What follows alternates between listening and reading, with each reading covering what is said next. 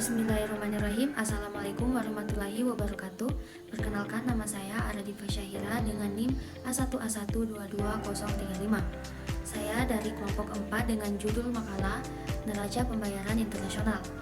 Di sini saya akan mempresentasikan materi tentang struktur dan unsur-unsur neraca pembayaran internasional.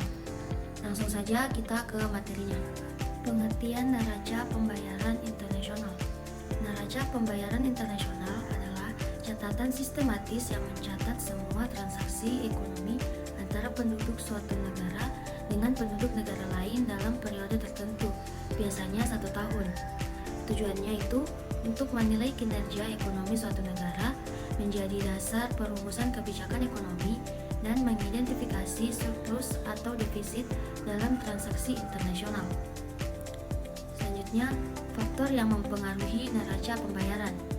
Yang pertama, perdagangan internasional, ekspor dan impor barang serta jasa. Kedua, investasi asing, yaitu arus masuk dan keluar modal asing dalam bentuk investasi langsung maupun portofolio. Ketiga, kebijakan moneter dan fiskal, yaitu kebijakan yang diterapkan pemerintah seperti suku bunga dan pengendalian inflasi. Keempat, stabilitas politik dan ekonomi, yaitu negara yang stabil secara politik cenderung lebih menarik bagi investor asing. Kelima, fluktuasi nilai tukar, yaitu perubahan nilai tukar dapat mempengaruhi daya saing ekspor dan impor. Selanjutnya, keseimbangan neraca pembayaran. Surplus itu artinya kredit lebih besar dari debit, menandakan arus dana masuk yang tinggi, sedangkan defisit, debit lebih besar dari kredit, menandakan arus dana keluar yang tinggi. Jadi keseimbangannya itu kredit sama dengan debit menunjukkan stabilitas transaksi internasional. Selanjutnya, dampak neraca pembayaran. Surplus neraca pembayaran menunjukkan kondisi ekonomi yang baik, lalu menandakan ekspor lebih besar daripada impor. Sedangkan defisit neraca pembayaran menunjukkan impor lebih besar daripada ekspor, dapat menyebabkan penurunan cadangan devisa dan pelemahan mata uang. Dampak lainnya yaitu fluktuasi nilai tukar, perubahan tingkat suku bunga, dan pengaruh terhadap tingkat inflasi. Kita langsung masuk ke pembahasan intinya, yaitu neraca barang. Neraca barang itu adalah bagian dari neraca pembayaran yang mencatat transaksi ekspor impor barang fisik suatu negara dalam periode tertentu. Fungsinya untuk menunjukkan perdagangan suatu negara dan mengukur kontribusi sektor perdagangan terhadap perekonomian nasional. Selanjutnya, komponen neraca barang. Yang pertama, ekspor barang. Ekspor barang itu penjualan barang fisik dari dalam negeri ke luar negeri. Contohnya ekspor minyak mentah, hasil pertanian, dan produk elektronik. Kedua, impor barang. Impor barang itu pembelian barang fisik dari luar negeri. Contohnya impor kendaraan bermotor, alat berat, hingga bahan makanan. Ketiga, saldo perdagangan, yaitu selisih antara ekspor dan impor barang.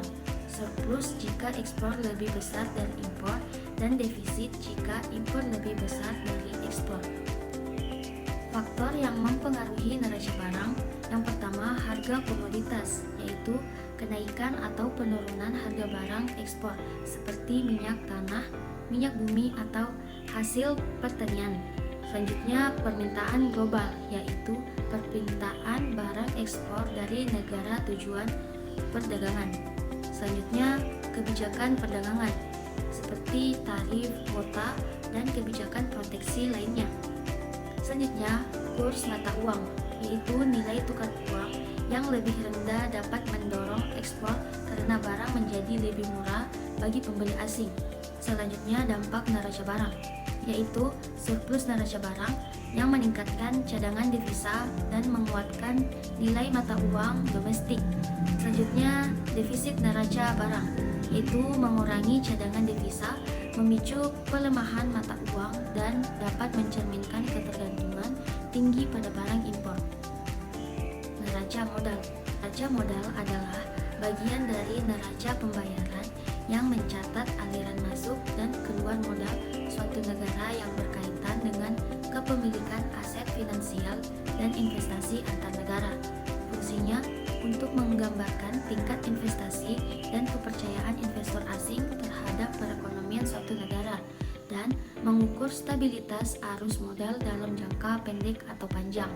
Komponen neraca modal ada 4. Yang pertama, investasi asing langsung, yaitu investasi dalam bentuk aset nyata seperti pembangunan pabrik atau pembelian properti. Contohnya, perusahaan asing yang membangun pabrik di Indonesia.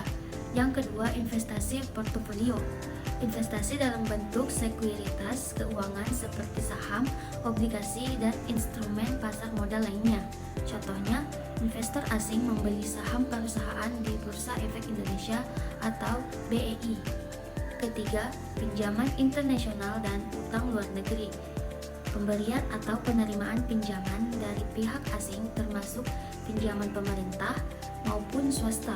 Contoh, pemerintah Indonesia menerbitkan obligasi global untuk membiayai proyek infrastruktur. 4. Arus modal lainnya, transfer modal yang tidak masuk dalam kategori seperti hibah modal dan dana kompensasi. Faktor yang mempengaruhi neraca modal yaitu tingkat suku bunga. Suku bunga yang tinggi dapat menarik investasi asing. Lalu risiko politik dan ekonomi. Stabilitas politik mendorong kepercayaan investor dan kebijakan pemerintah, yaitu insentif pajak dan kemudahan investasi dapat meningkatkan arus modal masuk. Dampak neraca modal. Surplus neraca modal menandakan adanya aliran investasi masuk yang besar. Dampak memperkuat nilai tukar mata uang dan meningkatkan cadangan devisa. Selanjutnya, defisi neraca modal menunjukkan adanya aliran keluar modal yang lebih besar, dapat memperlemah nilai tukar dan mengurangi cadangan devisa. Selanjutnya, neraca barang dan neraca modal. Definisi dari neraca barang yaitu catatan ekspor dan impor barang fisik, sedangkan definisi neraca modal yaitu catatan aliran modal dan investasi. Selanjutnya, komponen utama neraca barang, ekspor, impor, saldo, dan perdagangan. Sedangkan neraca modal FDI, investasi portofolio, dan pinjaman. Fokus utama neraca barang yaitu perdagangan barang fisik, sedangkan neraca modal arus modal dan kepemilikan aset.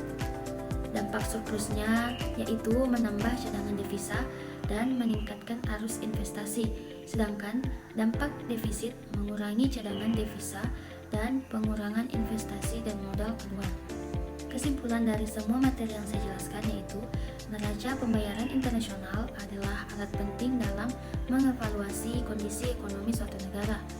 Neraca barang mencerminkan aktivitas perdagangan barang fisik suatu negara, sementara neraca modal mencatat transaksi yang berkaitan dengan arus modal dan investasi asing. Surplus dalam kedua neraca ini dapat memperkuat perekonomian, sedangkan defisit dapat memicu risiko ekonomi seperti penurunan cadangan devisa dan pelemahan mata uang. Sekian dari materi yang saya bawakan, lebih dan kurangnya mohon dimaafkan. Wabillahi taufiq wal hidayah. Wassalamualaikum warahmatullahi wabarakatuh.